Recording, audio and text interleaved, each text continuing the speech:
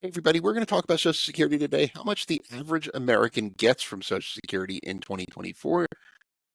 I want to dive right into the numbers, but before we do, please take a minute, check out the link you see on your screen, fool.com/Frankel. You get the top 10 stocks to buy right now from my sponsor, The Motley Fool. It's the best way to support this work I'm doing here on YouTube. Check out fool.com/Frankel.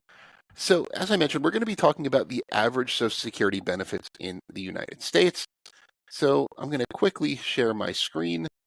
So there we go. There are almost 68 million people who collect Social Security in the United States. The average person who gets a Social Security payment gets $1,781 per month, which is $21,372 per year. But one key point is that this includes all types of Social Security beneficiaries. This includes retired workers. This includes spouses who get a benefit off of someone else's work record. This includes survivors of retired workers.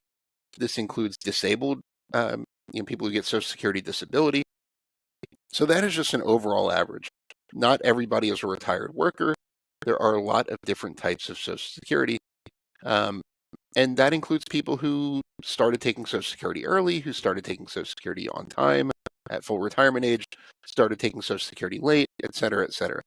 So I want to run this video. We're just going to focus on the different types of beneficiaries. I'll do another one where I do the different ages of beneficiaries and the average they can expect. But let's start with retired workers, because that's what everyone thinks of when they hear the term Social Security. So retired workers, of those people on Social Security, a little under 54 million Social Security recipients are retired workers. That means they are collecting a benefit based on their own work record.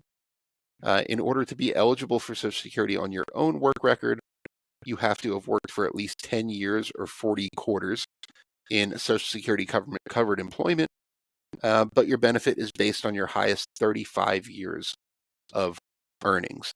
So if you collect on your own work record, and we'll get to the other options in a minute, the average monthly benefit is $1,918. So that's a little over $23,000 per year. So retired workers, and I'll go ahead and say this right away, retired workers are the highest paid group of Social Security beneficiaries as a whole. So that's the highest average that you'll see of any of these categories, that $1,918 a month. That is the highest average, and that makes sense because Social Security is designed for retired workers, so they tend to get the most. Next are spousal benefits. Now, if you're not familiar, spousal benefits are designed to provide retirement income to couples where one spouse either didn't work or earn comparatively low to the other spouse. Stay-at-home parents are a big example of that.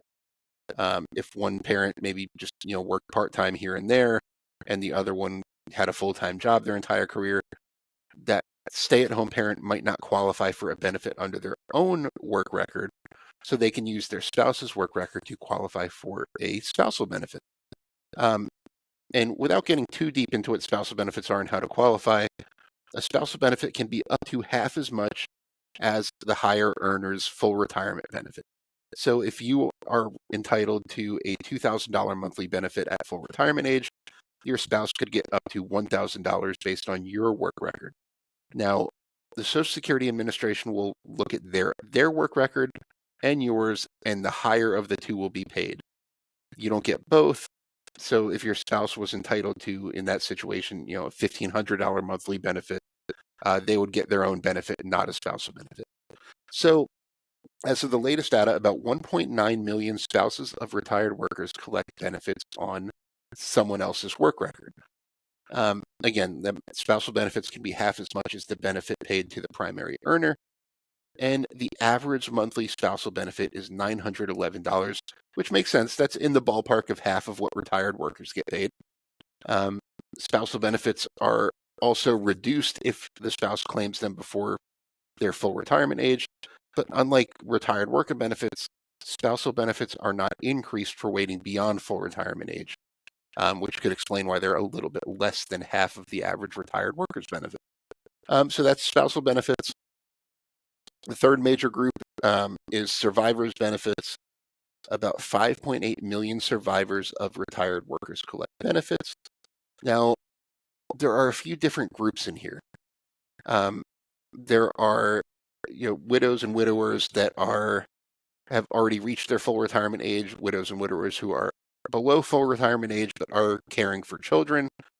The children themselves can get Social Security benefits. For example, I have 2 young children, and hopefully it doesn't, but if something happened to me, both of my young children could draw Social Security survivors benefits on my work record. In some cases, parents of workers who are deceased can get benefits. So the average survivor's benefit, including all of those groups, is $1,508 per month. That's a little over $18,000 per year. And again, that's a little bit lower than the average retired worker's benefit. But keep in mind that more than one person can collect a survivor's benefit at the same time off the same work record. And these can be reduced proportionally. Let's say something happens to me. My wife could collect a survivor's benefit on my work record, potentially when she's while she's taking care of the kids.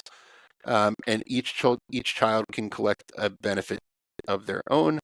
There's a maximum amount that can be paid on my work record, but if depending on how many people are collecting a benefit, it can kind of be prorated down, which is why the average survivor's benefit is a little lower than the average worker's benefit. So that's survivor's benefits. And again, here's how Social Security is calculated. You need to work at least 10 years in covered employment to qualify for a benefit on your own work record. Your benefit will be based on your 35 highest earning years. Again, indexed for inflation. It's not that, if you earned $10,000 a year back in the 1960s, that would be indexed for inflation and, will be put into $2024 when it's being calculated.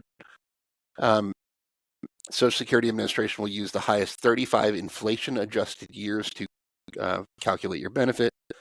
If you work less than 35 years, zeros are included in your average, which is why, when I say spousal benefits, if one spouse didn't work most of the time, if they only worked, 10 years, then 10 years of earnings and 25 years of zeros that are used to calculate an average. And you can see why their benefit might not be that great under their own work record and why a spousal benefit might be necessary, even if the spouse worked a little bit. So hopefully you found that informative. Please leave me any questions you may have. I am a certified financial planner. I love answering Social Security and retirement questions. So please do your best, and I'll do my best to answer any of them individually. Hope you enjoyed that, and thank you for listening. I want to thank The Motley Fool for sponsoring this video. The Motley Fool is a company that provides investing insight and stock recommendations for investors of all skill sets and risk levels. You all know how much I love researching new stocks and trying to find the next best investment, so I'm proud to partner with The Motley Fool to bring you 10 stock picks from their popular product, Stock Advisor. Stock Advisor has beaten the market by more than 4 times, so go to fool.com/Frankel to get your 10 stock picks now.